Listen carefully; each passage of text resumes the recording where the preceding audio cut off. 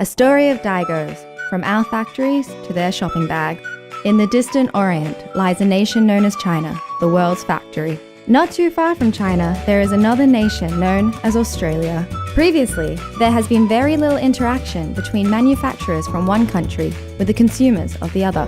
Now, with the rise of Daigous, meaning people buying on the behalf of others, a new manufacturer-to-consumer dynamic is emerging. Initially, Daigous were students, housewives, office workers, and even retirees. Entrusted by their friends and family, they would hunt through pharmacies across Australia, searching for hero products, and then deliver their trophies back to China, charging brokerage expenses for their services. It did not take too long for some of these part-time Daigous to discover that this was a decent way to make a living, and they set about promoting and expanding their businesses through social media sites such as WeChat, Weibo, and Taobao stores.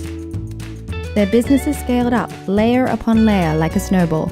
At this stage, some of the Daigous started to wonder, since running around to buy this stuff is so hard, why don't we come together and corner the market so the buyers have to come and find us? These Daigous, using their funds and channels, became the pioneers of the purchasing market. Gift shops popped up one by one.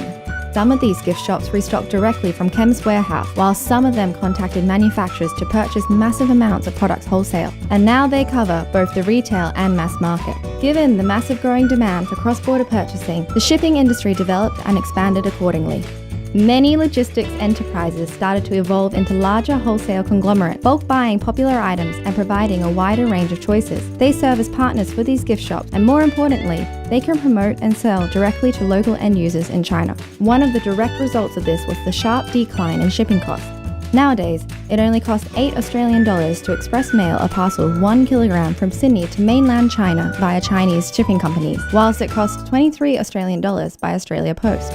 In 2014, Alibaba launched Tmall International, whilst its main rivals, JD.com, launched World by JD. Afterwards, Jimei, VIP, Suning, Koala, and other major e-commerce sites all started their own cross-border purchase services.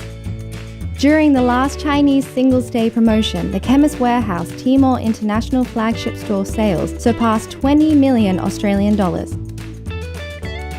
The export retail business has greatly impacted the existing business model, and this has also increased the complexity of many individual businesses' operations. In the past, Australian brands have been faithful to a straightforward business model, from manufacturing to retail and then consumption. SANOFI's manufactured products were first distributed to retailers and then purchased from them by end users. The logistical path of product and sales was simple and clear.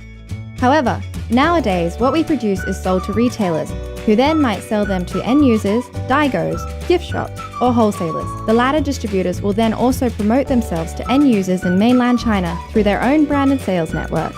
Our products may also be sold to large-scale wholesalers, who will then distribute and promote to overseas Daigous and gift shops, and eventually flow to Chinese consumers. Finally, our product might also be sold directly on local e-commerce sites where Chinese consumers are able to directly purchase SANOFI's high-quality product. Regardless of the channel used, there is no doubt that SANOFI needs to make continuous efforts in brand promotion and customer service.